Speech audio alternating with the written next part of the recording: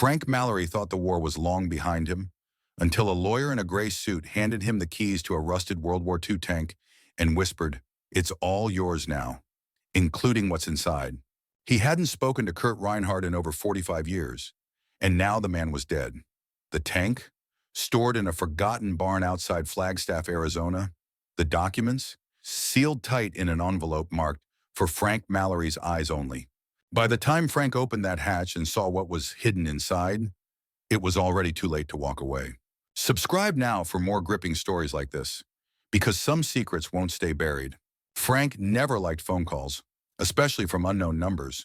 But when the voice on the other end said, "Mr. Mallory, we're calling regarding the estate of Kurt Reinhardt," something in his chest shifted, tightened like a bootlace yanked hard. Kurt Reinhardt, Jesus. He hadn't heard that name since Saigon. Frank stood in the middle of his workshop, engine oil on his hands, the scent of rust and gasoline heavy in the air. Ace, his aging Belgian Malinois, lay in the corner, head perked. The dog always knew when something changed. "Mr. Mallory," the voice continued, "Mr. Reinhardt left something for you, a physical asset. You're listed as sole beneficiary. We'll need you to come in and sign for it." Frank rubbed his temple. "What kind of asset?" A pause, then, "A military vehicle, specifically a 1944 Sherman tank." Frank blinked. "A what?"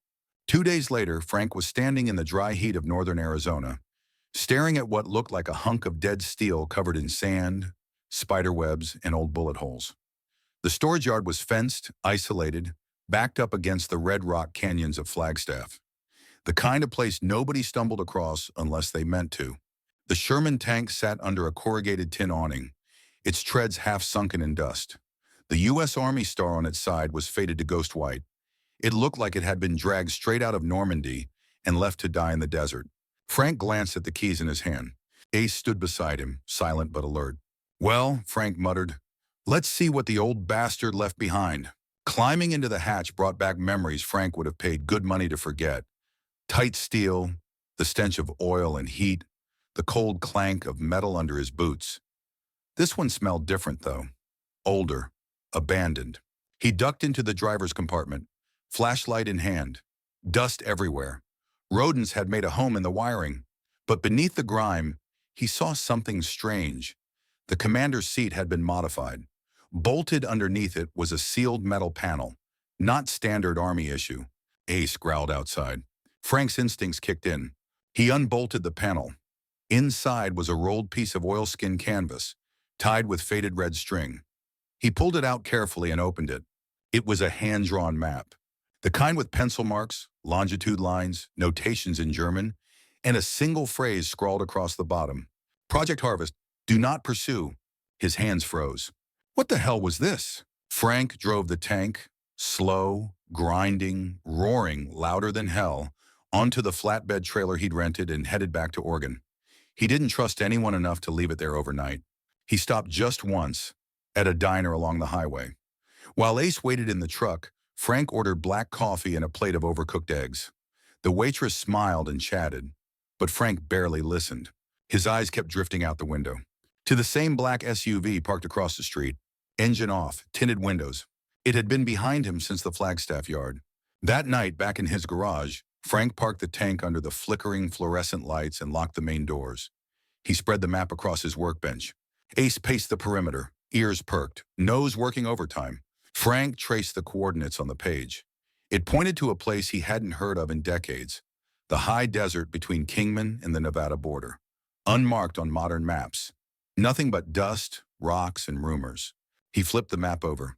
On the back was a second note, faded in graphite. "You were always the clean one, Frank. That's why I left it to you. I'm sorry. Kurt." Frank sat down hard on the shop stool. The war wasn't over. Not for him. Not for Ace. Not for whatever was waiting out there in the sand. The next morning, the sun cracked through the clouds like a blade. Frank sat at his workbench, coffee steaming in a chipped Vietnam Veterans of America mug, map still unfurled in front of him. Ace lay nearby, eyes locked on the garage door. Neither of them had slept. Frank had spent most of the night cross-referencing the map with his old Army topographic charts. It wasn't just some antique doodle. The lines were sharp, calculated, military style. The notations, however, were mixed. English unit references, and German script. One particular string of numbers kept pulling at him. 31 referred to 1455, and then 113 430 marked 1, somewhere in the high desert west of Kingman. He'd been out there once during reserve maneuvers in '78. Nothing but scorched earth, dry riverbeds, and old test ranges the government had long since buried under silence and sand. But this map said something was still out there, something worth hiding. He pulled a shoebox from beneath the bench. His quiet box, he called it. Inside were bits of his old life, a crumpled uniform patch, a cassette tape labeled Audio FDOPS, a field compass, and a rusted Zippo lighter with LZ Kate 71 engraved on the side. At the bottom was an Army-issue notebook, handwritten notes, half memories. One page stopped him cold. Operation Ember Fence Code Harvest. Frank stared. Harvest. It hadn't been a myth. Ace barked once, sharp. Frank turned. The security cam monitor in the corner lit up. Motion detected at the front gate. A black SUV, same one from the diner. Engine idling. Frank walked out onto the porch, shotgun casually resting in the crook of his arm. He didn't point it, but he didn't hide it either. The SUV just sat there, tinted windows, no movement. Then it pulled away slowly, disappearing down the gravel road in a cloud of pale dust. Frank watched it until the silence returned. Back inside, he set to work. He printed satellite maps, loaded a cooler, packed dry food, and checked the tank's battery again. Not to drive it this time, just to hide it better. Whatever Kurt had left behind wasn't just gold or old secrets. The way this was unfolding, it felt more like something someone was still watching, still protecting. He couldn't shake the way Kurt had written it. You were always the clean one, Frank. That's why I left it to you. Clean. Frank laughed bitterly. He wasn't clean. He was just still breathing. That afternoon, he drove into town. Middle of nowhere, Oregon had its benefits. The diner was quiet. Locals spread out in booths with their coffee and chicken fried steak. He sat at the counter. Annie, the waitress with the white ponytail and quick hands, gave him a curious glance. You look like you've seen a ghost, she said, refilling his mug. Just chasing one, Frank muttered. He handed her a $100 bill. For last time, too. Frank, you're about 30 years too late to tip like that. He smiled faintly. Then I'm right on time. Back home, he noticed the envelope again. The one from the lawyer now tucked behind the map. He hadn't read the full contents yet. Inside was a single page, typed with Kurt's signature scrawled at the bottom. Frank, 101. If you're reading this, I'm already gone. I'm sorry. I didn't know who else to trust with it. I kept quiet too long. If you follow that map, you'll find something. But be warned, it was never meant to be found. We buried it for a reason. It wasn't just about money. Not even close. The truth is heavier than gold. Kurt, turn on the mano, cornante. Frank set the letter down slowly. Ace whined softly and nudged his leg. They both knew what had to happen next. Frank went to the barn and pulled the tarp from the old RV, 2003 Winnebago, beat to hell, but the engine still ran. He backed it up to the garage and started loading gear. Maps, rope, 2 canteens, survival packs, a spare .45 he hadn't touched in years, and a rusted army shovel. Ace jumped in without being asked. By sundown, they were halfway to the Arizona border. Frank drove in silence, radio off, watching the horizon. The road stretched like a scar, endless and dry. Ace sat upright in the passenger seat, ears twitching every so often, tracking the wind and the road ahead. Outside Yuma, they stopped at a rest area to sleep. Frank parked in the back corner of the lot, beneath the dead bulb of a street lamp. He leaned back in the driver's seat, map on his lap, stars above. His fingers traced the lines again. Coordinates, circles, X marks, a final phrase he hadn't noticed before, faint in the bottom corner of the map. They won't stop watching. He folded the map slowly. Then he closed his eyes. But sleep didn't come easy. And Ace didn't stop watching. Frank Mallory had always hated the desert. Something about the way it swallowed sound. The way it made you feel like you were walking across the bones of something older than memory. It didn't just get into your boots, it got into your thoughts. Now here he was, driving through it again, decades later, with Ace sitting shotgun and a hand-drawn map sliding around the dash. The RV rattled over cracked pavement and dust-covered back roads, the kind GPS didn't bother naming anymore. Somewhere behind the horizon was a place marked with an X, and buried underneath that, only God or Kurt Reinhardt knew. They rolled into the outskirts of a forgotten town called Gila Flats by mid-afternoon. The sign was barely hanging on its last screw. One gas pump, one shuttered diner, a faded billboard advertising a rodeo that had last happened in '98. Frank pulled up next to the station, more for shade than fuel. The clerk inside looked about 19 and high on boredom. "Where you headed?" the kid asked, glancing at Ace through the cracked windshield. "Sightseeing," Frank answered. "Not much to see out here." "Good," Frank said. "Means no one's watching." He filled the tank, topped off the water, and bought a couple cans of chili and beef jerky. The kid tried to make small talk about the heat, the road, the economy. Frank nodded, gave short answers, and got out. Back in the RV, he pulled over behind the abandoned diner and unfolded the map again. The coordinates were close, within 20 miles now. But something felt off. Like the closer he got, the quieter the world became. Even Ace had gone still, head up, eyes fixed on the horizon. Then his ears twitched. Frank noticed it too. A low hum, distant, mechanical. He stepped outside, shielding his eyes from the glare. A trail of dust kicked up about a mile to the north. Too fast for wind. A vehicle. No lights. No reason to be here. Frank waited 10 minutes. The dust faded. No one approached. Still, he didn't like it. He got back in, turned the key, and eased onto a dirt road that barely looked drivable. Sagebrush scraped the sides of the RV as they crawled toward the point marked on the map. The land changed as they moved. More rock, less plant life. Old fence posts, shells of long-dead cattle pens. And then the road simply ended. Just open desert from there, exactly where the X sat. Frank parked and stepped out into the blistering wind. The ground was cracked and dry, like it hadn't seen rain since the Cold War. He checked the map one more time, paced 20 yards forward, then stopped. Ace sniffed, then started circling something buried in the dust. A piece of metal, flat, square. Frank got on one knee and brushed away the sand with his gloved hands. It was a steel plate, bolted into the earth, painted in faded red. "Property of U.S. Army, do not tamper." He looked at Ace. The dog stared back. Frank exhaled. "We're here." He returned to the RV, grabbed the Army shovel and his crowbar. The desert had packed the dirt tight, but it wasn't his first dig. It took an hour to clear the outline. The steel panel was wider than expected, maybe 6 by 10 feet, and heavy as hell. There was a handle. Frank jammed the crowbar into the latch and pulled. It didn't budge. He cursed under his breath and pulled harder. With a metallic shriek, the hatch gave way, revealing a narrow staircase descending into darkness. Cold air rushed up from below. Ace growled, ears back. Frank pulled a flashlight from his belt and clicked it on. The stairs were old, concrete, slick with condensation. Military style. Exactly like the kind they built in the '50s for bunkers and storage sites nobody was supposed to find. He descended slowly, Ace at his side. The beam of light cut through the dark to reveal a steel door at the bottom. No markings, no lock. Just a fingerprint scanner, rusted and dead. Frank pressed his hand against it anyway. Nothing happened. But the panel sparked faintly, once. Whoever built this had planned for it to be opened again. Maybe even by him. He turned to Ace. "We'll come back with gear. Get this open the right way." Back on the surface, the sun was sinking fast. The wind had picked up. Dust was moving across the land like smoke. Frank secured the hatch and kicked dirt over it. He opened the RV, tossed the tools inside, and froze. The map was gone. He looked around. No wind could have carried it. It had been sitting under a wrench. Then Ace barked, sharp and loud. Frank turned. Out past the rocks, maybe 50 yards, was a glint of sunlight on glass. Binoculars. Then the reflection vanished.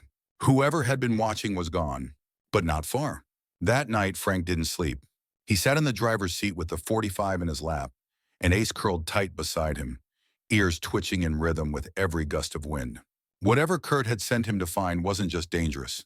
It was wanted. And someone else had the map now. Frank didn't say a word the next morning.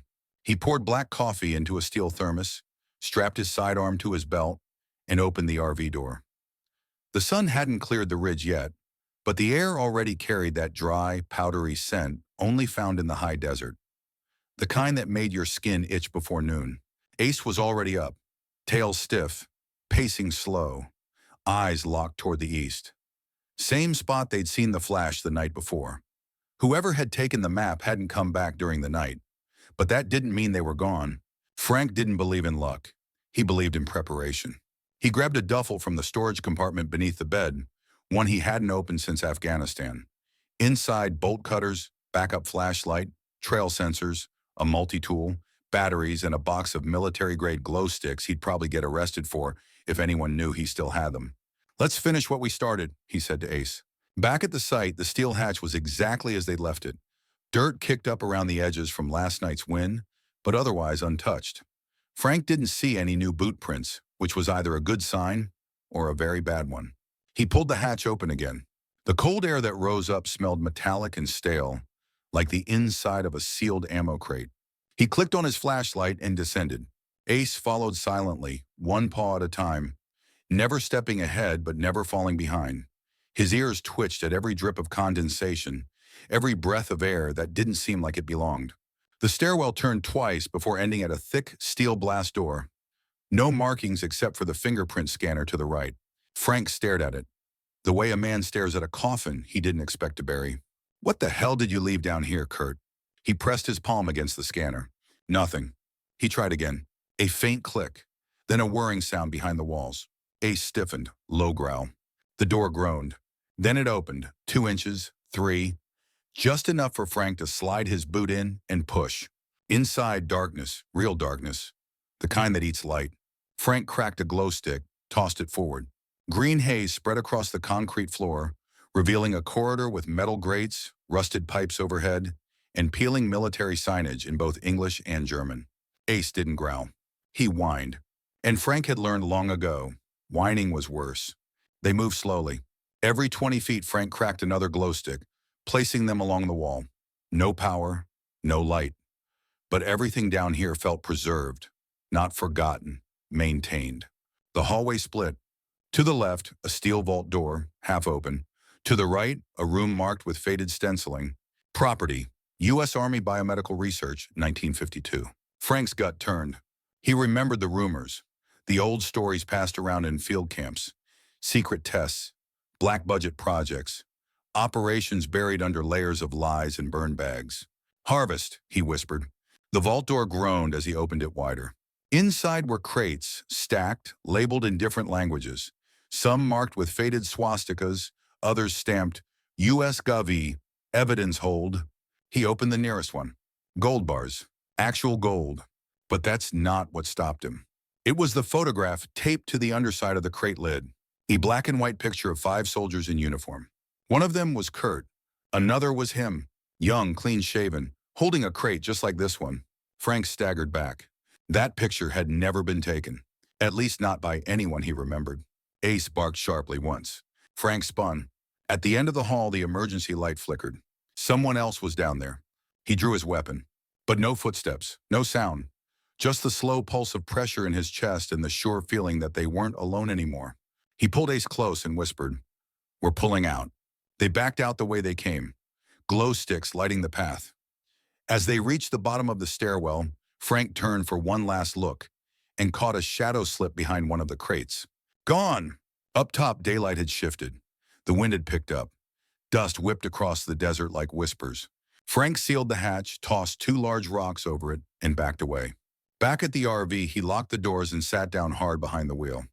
Ace sat at attention, panting but focused. Frank looked at the folder he'd grabbed from the vault.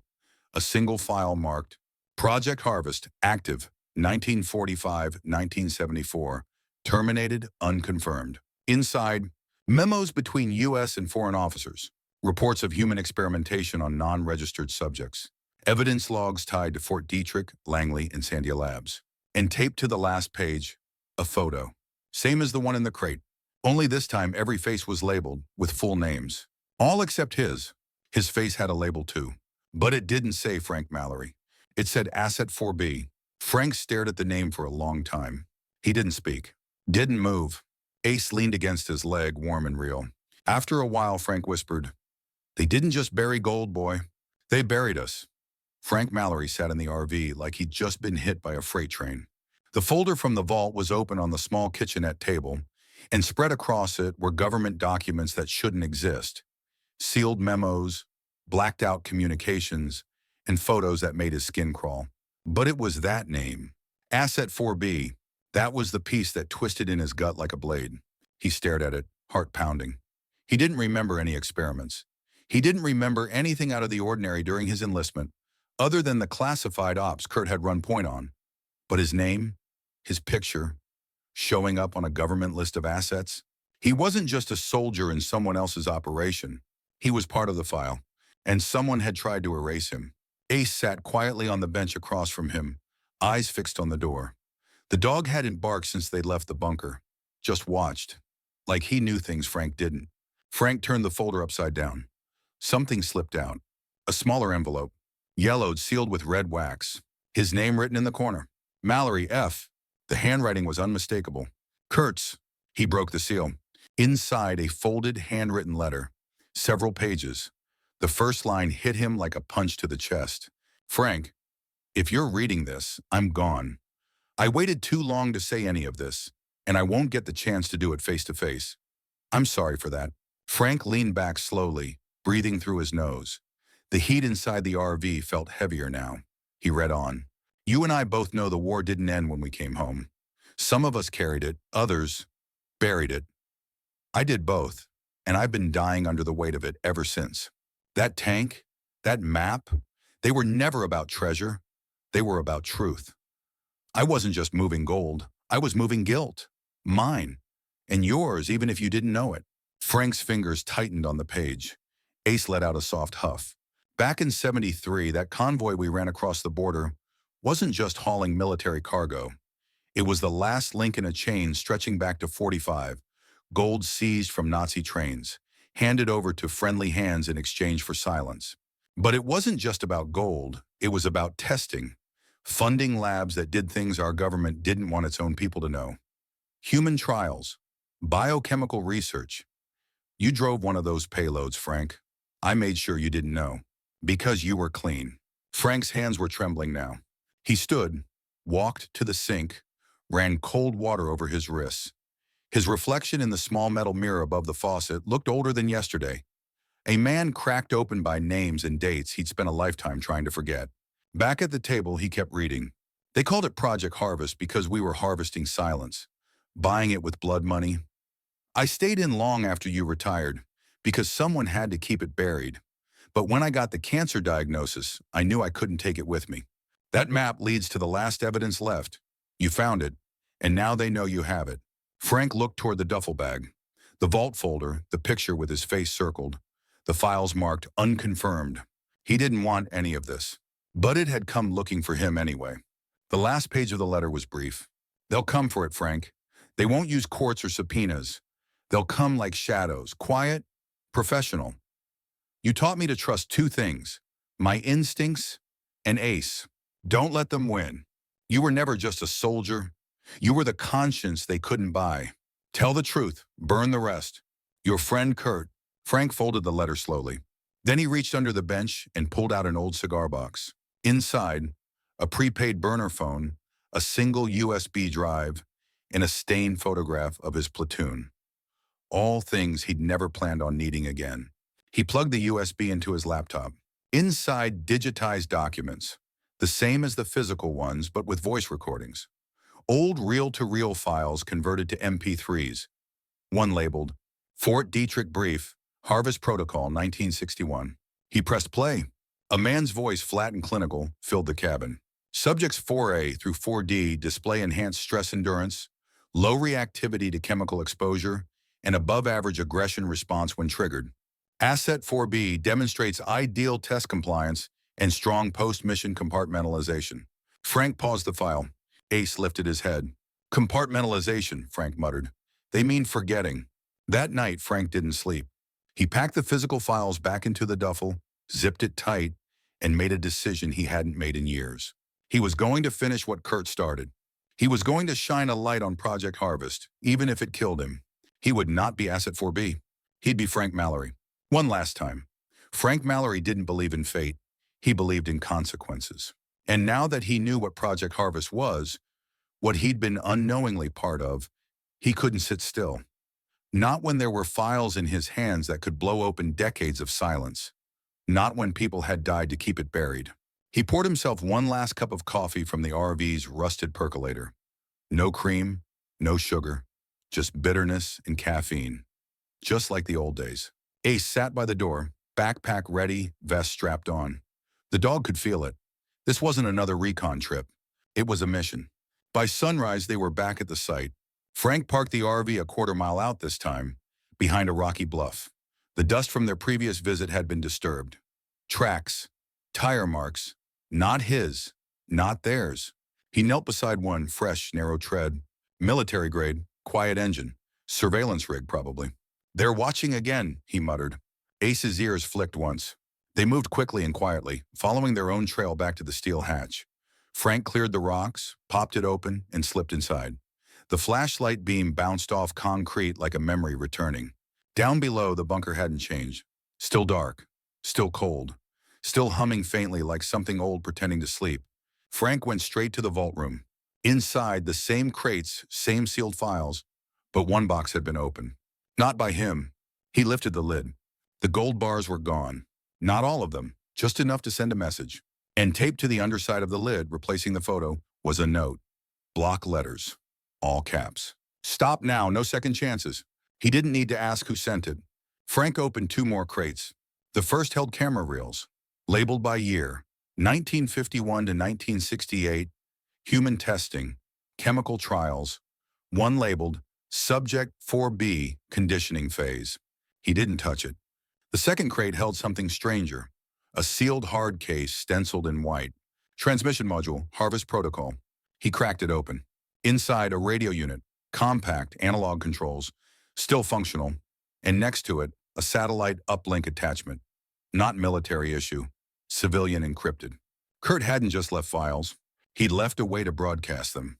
Frank carried the module in two sealed folders back to the surface, wrapped in a canvas tarp. Ace led the way, body tense, nose in the air. Halfway up the stairs, Frank paused. Then he heard it. A click like pressure on gravel. Not from the hatch, from above them.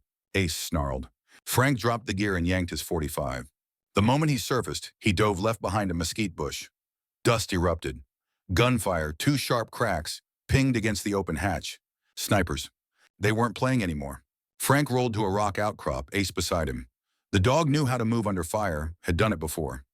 Frank breathed slow, let the adrenaline settle. One shot from a high-caliber suppressor. Professional? He peeked once. Spotted movement 200 yards out. Hilltop. Two silhouettes, one scanning, the other covering. They hadn't flanked yet. Good. Still time. He reached into his pocket, pulled out a flare grenade. Kurt's old gift, long expired but probably still good. He tossed it hard into the brush across the clearing. It exploded in a hiss of red smoke. Gunfire shifted. That was his cue. Frank and Ace moved fast. Low, wide arc, not toward the RV but past it. Toward the bluff with a natural drop-off. He led Ace around back, through cactus and sand, circling. When he got behind the sniper team, he paused and raised the .45. He didn't shoot, but he threw a rock. They turned. Ace launched. The first man went down before he could shout. The second barely turned before Frank's boot caught him in the ribs, sending his weapon flying. A short scuffle, dirt, fists, dust in the eyes. Then silence. Frank stood over the two men, alive, unconscious. Government for sure, private contractor, maybe. He checked their gear. Encrypted radios, no name tags, and one ID card marked with a hollow triangle and the word observer. That wasn't good. That meant black budget. The kind of men who didn't show up on official lists. The kind of men who vanished after the cleanup. Frank took the radios and weapons, stripped the firing pins, and dumped the gear in a ravine. He tied the men's hands with parachute cord, shoved them behind a rock outcrop, and left a note pinned to one of their vests. "I'm not afraid of ghosts, but I've got nothing left to lose. Try again, and I'll bury more than secrets." He and Ace returned to the RV before sunset. This time they didn't run. They prepared. Inside, Frank wired the transmission module to a backup generator. He loaded the files onto a flash drive and slotted it into the radio's feed port. He adjusted the uplink. Signal found satellite 11B. Then he paused. This wasn't a game anymore. Once he hit send, there was no going back. Ace sat at his side, head on his paw, watching. Frank looked out the window, over the desert that had taken so much and still held more. Kurt's voice echoed in his mind. "Don't let them win." Frank hit transmit. Green light, upload active. Truth on its way. Frank didn't wait around to see where the signal went. He'd spent too many years waiting for justice that never came. watching news cycles pass over real truth like roadkill. So when the transmission finished and the uplink blinked green, he packed the hard drives, pulled the radio, and buried both 5 feet down behind a rock formation marked with a single bent fence post. Just in case someone came looking for more. Ace stood watch the whole time, ears perked, tail still. Frank didn't need to say anything. They both knew this wasn't the end. It was the start of something far messier. That night, they didn't camp in the RV. Frank took Ace and hiked half a mile into a dry creek bed, slept under the stars with his back against a rock wall and the .45 cradled across his chest. He didn't trust wheels anymore, or electronics, or the stillness that came after you fired off something that dangerous into the world. At 3:27 a.m., he heard a low rumble in the distance. Maybe a chopper, maybe a drone. It passed and didn't return, but sleep never came back. By morning, Frank drove into a small town called Sagefield, population maybe 200, with a one-screen movie theater, a shuttered barber shop, and a sheriff's office that hadn't been painted since Reagan was president. He stopped at a diner, the kind with booths patched with duct tape and waitresses who called you Han, whether they knew you or not. Annie, the same one from before, just raised an eyebrow when she saw him. "Still sightseeing?" she asked, refilling his coffee before he could even ask. Frank gave her a tired smile. "Road's gotten more interesting." She leaned in a little. "You've had someone in a black SUV watching you from that gas station across the road for the last hour. Don't turn around." Frank didn't. He sipped his coffee instead. "Thanks." She slid a napkin across the table, numbers written in pen. "Just in case you need a friend in this county who still remembers how to use a shotgun," she said. Frank folded the napkin. "I might." He left Sagefield with one destination in mind, the war memorial north of town. It wasn't much. Just a bronze soldier, boots planted, rifle across the chest, names etched into a granite wall behind it. World War II, Korea, Vietnam, Iraq, Afghanistan. No tourists, no cameras, just silence. Frank stepped up, pulled a small cloth-wrapped bundle from his jacket. Inside, Kurt Reinhardt's dog tags, the original blood-stained photo from the crate, a single gold coin from the vault stamped 1943. He laid all three beneath the statue's base, then placed a flat rock over it. A silent memorial, not for Kurt, for the truth, for what they both lost. A couple hours later, Frank ditched the RV behind an abandoned farmstead, burned the registration, wiped the interior, left nothing but tire tracks in the dust and a note on the dash. "This vehicle is no longer in use, nor is the man who drove it." He and Ace took to foot from there, westbound, carrying only what they needed: a burner phone, 2 encrypted USB drives, and one printed copy of everything he'd sent out.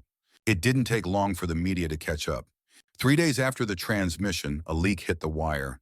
An anonymous tip sent to 5 major news outlets, one local station in Arizona, and a military historian in Virginia. Headlines blared: "Cold War Secret Uncovered. The U.S. Black Project They Buried.